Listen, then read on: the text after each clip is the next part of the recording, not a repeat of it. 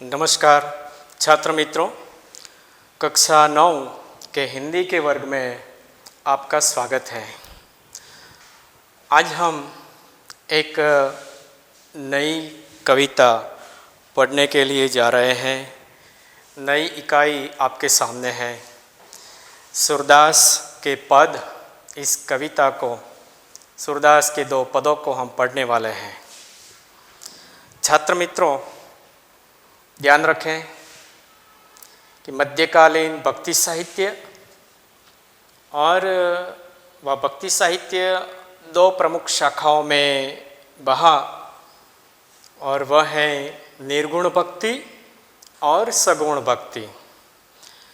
इसके अंतर्गत जो सगुण भक्ति है उसकी भी 2 शाखाएं हैं, राम भक्ति और कृष्ण भक्ति। और इस प्रकार ये सगुण भक्ति काव्य शाखा अंतर्गत कृष्ण भक्ति काव्य के प्रमुख कवि सूरदास माने गए हैं।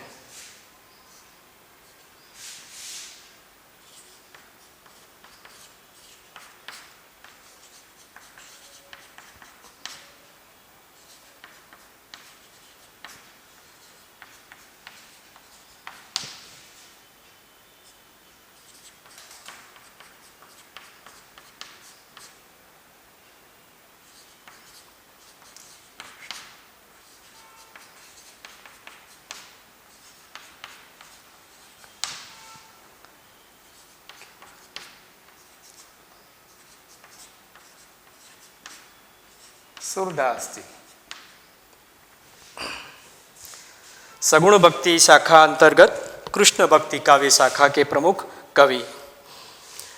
अब इनका जो जीवन काल देखें तो 1478 से लेकर 1573 तक का उनका जीवन काल माना गया है। कवि सूरदास जी के जन्मस्थान को लेकर विद्वानों में भी कई मतांतर है। कुछ विद्वानों का कहना है कि दिल्ली के पास सिही नामक गांव में सूरदास का जन्म हुआ था। कुछ विद्वानों यही कहते हैं कि आगरा और मथुरा के बीच का जो क्षेत्र है, रुकना या रेणुका नाम का जो क्षेत्र है, उस क्षेत्र में सूरदास का जन्म हुआ था। एक बात हम यह भी जाने कि सूरदास जी जन्मांध थे, अर्थात जन्म से अंध थे, लेकिन इसमें भी मतांतर है। कुछ विद्वान मानते हैं कि सूरदास जन्मांध नहीं थे, और इसका कारण क्या हो सकता है। तो इन्होंने जो पद लिखे हैं उसमें कृष्ण और राधा के रूप सौंदर्य का जो सजीव चित्रण है और नाना भांति रंगों की जो बहार उनके पदों में देखने को मिलती है, तो ऐसे गुणों के कारण हम या कुछ विद्वान सूरदास को जन्मांध नहीं मानते, क्योंकि जन्म से अंध व्यक्ति कविता में ऐसा प्राकृतिक चित्रण या रूप सौंदर्य की बात कभी नहीं कर सकता। मित्रों, सूरदास जी को मिले वल्लभाचार्य और वल्लभाचार्य को अपना गुरु बनाया, और पुष्टि मार्ग में वे दीक्षित हुए, और फिर गुरु की प्रेरणा से उन्होंने दास्य एवं दैन्य भावों के पदों को छोड़कर उन्होंने वात्सल्य, माधुर्य और सखा भावों के पदों की रचना करना शुरू किया था। उनकी जो प्रमुख रचनाएं हैं सूरदास जी की,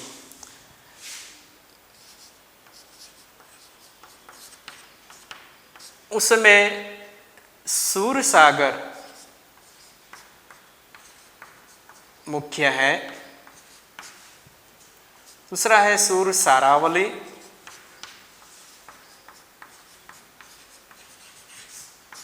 और साहित्य लहरी।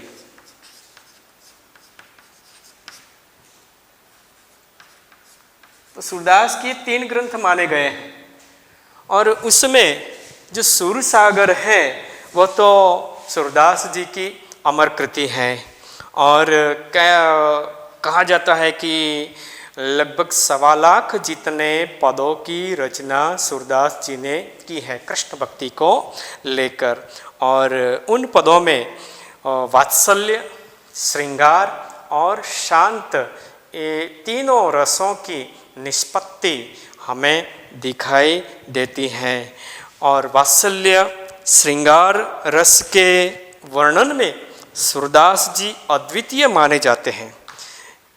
विद्यार्थी मित्रों, यहाँ पर 2 पद लिए गए हैं सूरदास जी के, और उसमें पहला पद आज हम देखने वाले हैं।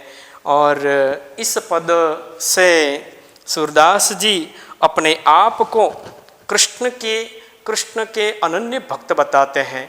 कृष्ण ही इनके आराध्य है, इस बात की पुष्टि सूरदास जी ने पहले पद में की है। तो हम पहला पद देखेंगे।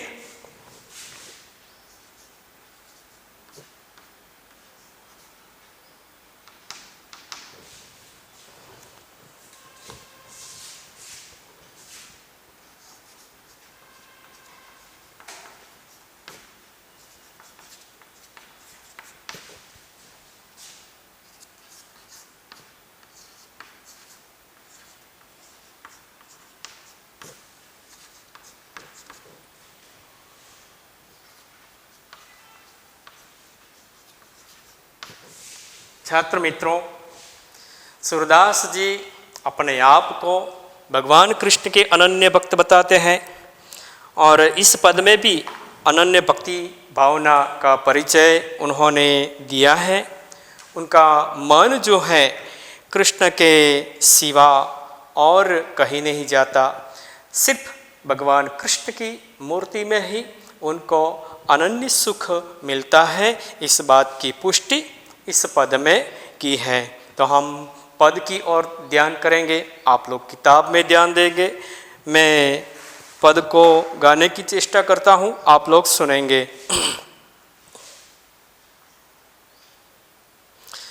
मेरो मन अनत कहाँ सुख पावे, मेरो मन अनत कहाँ सुख पावे।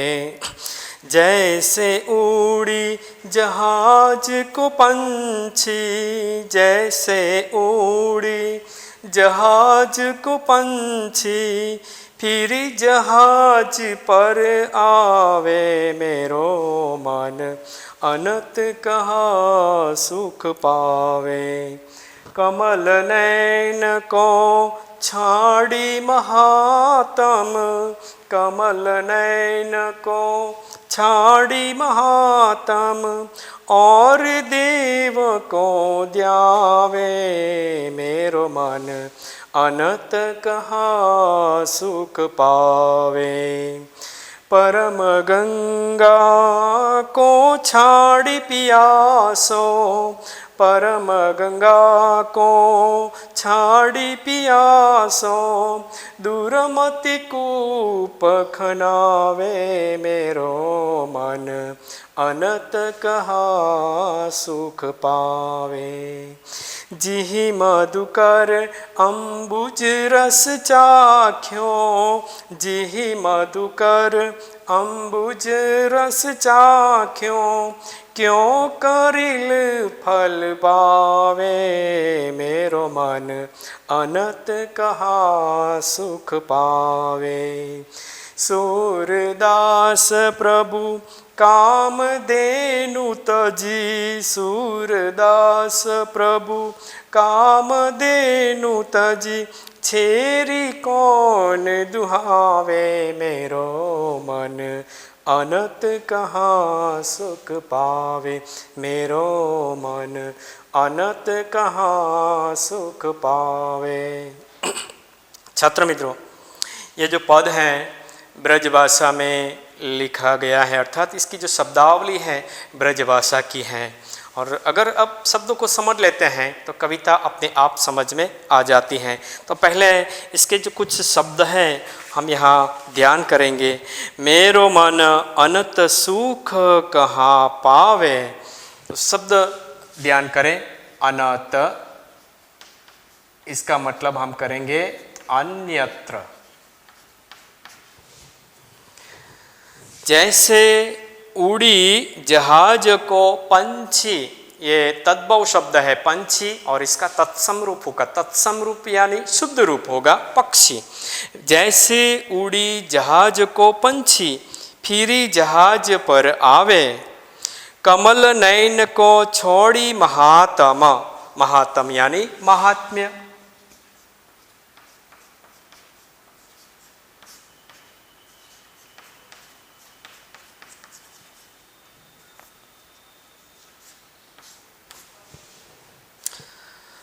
कमल नयन को, नयन यानी नयन, कमल नयन को छाड़ी महात्म और देव को द्यावे, परम गंगा को छाड़ी पियासो, तद्भव शब्द है पियासो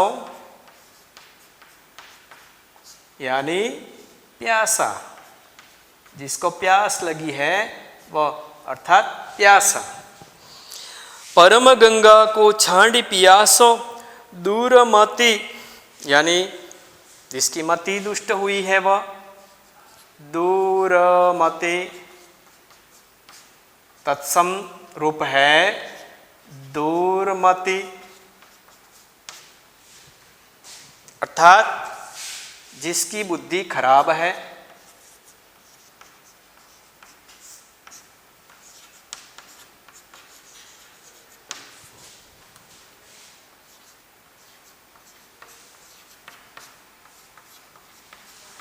उसे हम दूरमति कहेंगे। पियासो दूरमति कूप खनावे, कूप से मतलब है कुआं।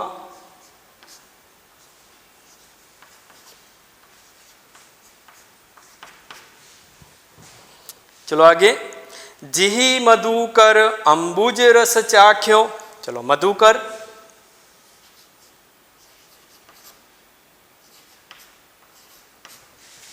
मधुकर यानी भौरा, ગુજરાતીમાં ભમરો કહીએ છીએ, भ्रमर। और दूसरा शब्द है अंबुज,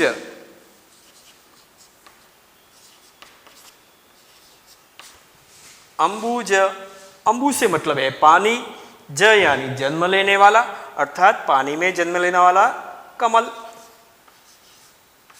कमल का एक नाम है अंबुज, पंकज, ये कमल के नाम है। क्यों करील फल भावे, करील ये एक कंटीली झाड़ी है, इसकी बात की है। सूरदास प्रभु कामधेनु तजी, कामधेनु देवलोक की वह गाय है।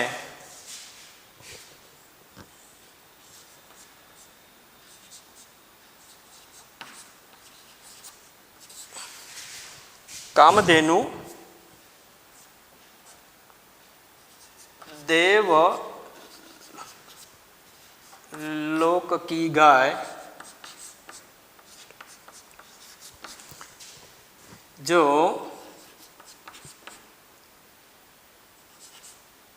इच्छित, जो हमारी इच्छा पूर्ण करते हैं।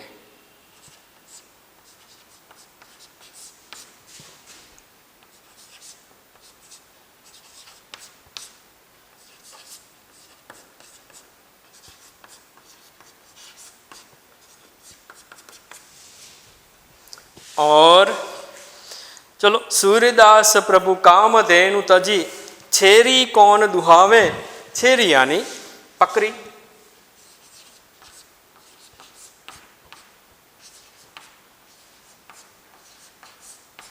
बराबर। अब हम काव्य का अर्थ समझेंगे, ध्यान दी। मेरो मन अनत कहाँ सुख पावे, सरल अर्थ है। सूरदास कहते हैं कि मेरा मन अन्यत्र कहाँ सुख पाएगा। मतलब कहने का तात्पर्य यह है कि भगवान कृष्ण के सिवा सूरदास जी का मन कहीं और सुख प्राप्त नहीं कर पाता है। भगवान कृष्ण को अपना आराध्य माना है। बराबर। तो सुख पाने के लिए एकमात्र कृष्ण की शरण ही उनके लिए उत्तम है। अब इसके लिए दृष्टांत दिए हैं, जैसे उड़ी जहाज को पंछी फिरी जहाज पर आवे। जहाज पानी में होता है, जहाज के चारों ओर पानी ही पानी होता है। अगर कोई पक्षी जहाज पर होता है और उड़कर कहीं जाता है तो चारों ओर पानी पानी होने के कारण फिर से कहाँ आकर बैठता है? जहाज पर आकर ही बैठता है। उसी प्रकार श्री कृष्ण के सिवा सूरदास का मन कहीं और लगता नहीं है। सूरदास ने और देवताओं की आराधना की होगी, चेष्टा की होगी, लेकिन सभी जगह भटकने के बाद उनका मन फिर कहाँ आकर लगा? कृष्ण के पास आकर ही लगा। उसे ठीक उसी प्रकार जिस प्रकार जहाज पर बैठा हुआ पंछी उड़कर फिर जहाज पर ही बैठता है, उसी प्रकार अन्य देवताओं के पास भटकने के बाद सूरदास का मन कृष्ण के चरणों में आकर ही ठहरता है। आगे, कमल नयन को छाड़ी महात्म और देव को द्यावे। कमल नयन, जिनके नयन कमल जैसे हैं, जिनके नयन कमल की पंखुड़ियों जैसे हैं, कृष्ण भगवान की बात की है। कृष्ण भगवान कमल नयन थे। कमल नयन को छाड़ी यानी छोड़कर, महात्म जिनके नयन कमल जैसे हैं, ऐसे कृष्ण भगवान के महात्म्य को छोड़कर और देव को ध्याए, और किसी देवता की आराधना मैं क्यों करूं? सूरदास जी सिर्फ भगवान कृष्ण की ही सेवा शुश्रूषा करना चाहते हैं, आराधना करना चाहते हैं। बढ़िया उदाहरण और दिया है, परम गंगा को छाड़ी पियासो दुर्मति कूप खनावे। परम का अर्थ हम लेंगे पवित्र। गंगा नदी को हम पवित्र मानते हैं। परम गंगा को छाड़ी पियासो, प्यासा जिसको जोरों से प्यास लगी हुई है, जो प्यासा है, और उसके पास गंगा का पवित्र पानी भी है, और फिर भी अपनी प्यास को बुझाने के लिए वह अगर कूप खुदवाता है, हाँ, कूप खनावे, कुएं को खुदवाता है, तो उसके जैसा महामूर्ख और कोई नहीं है।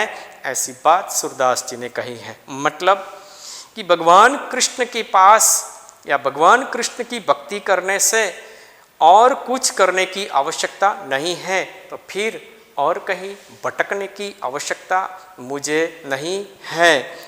फिर से, परम गंगा को छाड़ी पियासो, मतलब गंगा नदी का पवित्र पानी छोड़कर पियासो यानी प्यासा व्यक्ति अगर अपनी प्यास को मिटाने के लिए कूप खनावे, कुएं को खुदवाता है, तो दुर्मति अर्थात उसकी दुर्मति है, अर्थात उसके जैसा मूर्ख कोई नहीं है। आगे, जिहि मधुकर अंबुज रस चाख्यो, क्यों करील फल भावे। जिहि जिस, मधुकर का अर्थ हमने लिया है भ्रमर, भंवरा। जिस भंवरे ने अंबुज रस चाख्यो यानी कमल के रस को, कमल के मधुर रस को चख लिया है। जिस भंवरे ने कमल के मधुर रस को चख लिया है, क्यों करील फल भावे, तो वह भ्रमर फिर कंटीली झाड़ी में ये जो करील का जो रस है, करील कंटीली झाड़ी वाला जो करील का जो बेली होती है और उसका जो कड़वा फल होता है, उस फल को चखने की चेष्टा कभी करेगा नहीं। उसी प्रकार भगवान कृष्ण, जैसे भगवान कृष्ण को जिसने पा लिया है, उसे और कहीं जाने की जरूरत नहीं है। आगे कहते हैं, सूरदास प्रभु काम धेनु तजी छेरी कौन दुहावे। भगवान कृष्ण कहते हैं कि सूरदास कहते हैं कि मुझे भगवान कृष्ण रूपी कामधेनु की प्राप्ति हुई है। भगवान को कामधेनु माना है। कामधेनु ये देवलोक की कल्पित गाय है। ऐसा कहा जाता है कि उस गाय से हम जो मांग करते हैं वह हमें प्राप्त होता ही है। ये देवलोक की गाय माना गया है। भगवान कृष्ण को सूरदास कामधेनु की तरह मानते हैं। अगर गाय की प्राप्ति हुई है, अगर आपके पास गाय का दूध हो और बकरी का दूध हो तो आप भला बकरी का दूध नहीं पिएंगे, गाय के दूध का ही उपयोग करेंगे। तो उसी प्रकार सूरदास जी कहते हैं कि मुझे भगवान कृष्ण रूपी कामधेनु की प्राप्ति हुई है, तो फिर मैं बकरी क्यों दोहूं, मुझे बकरी दोहने की कोई आवश्यकता नहीं है। फिर से छात्र मित्रों ध्यान करें, एक बार मैं फिर से इसका अर्थ कर जाता हूँ। सूरदास जी कहते हैं कि मेरा मन भगवान कृष्ण के सिवा अन्यत्र कहाँ सुख पाएगा। जिस प्रकार जहाज का पंछी उड़कर फिर से जहाज पर आकर बैठता है, उसी प्रकार और देवताओं के पास भटककर मेरा मन श्री कृष्ण के पास आकर ही ठहरता है।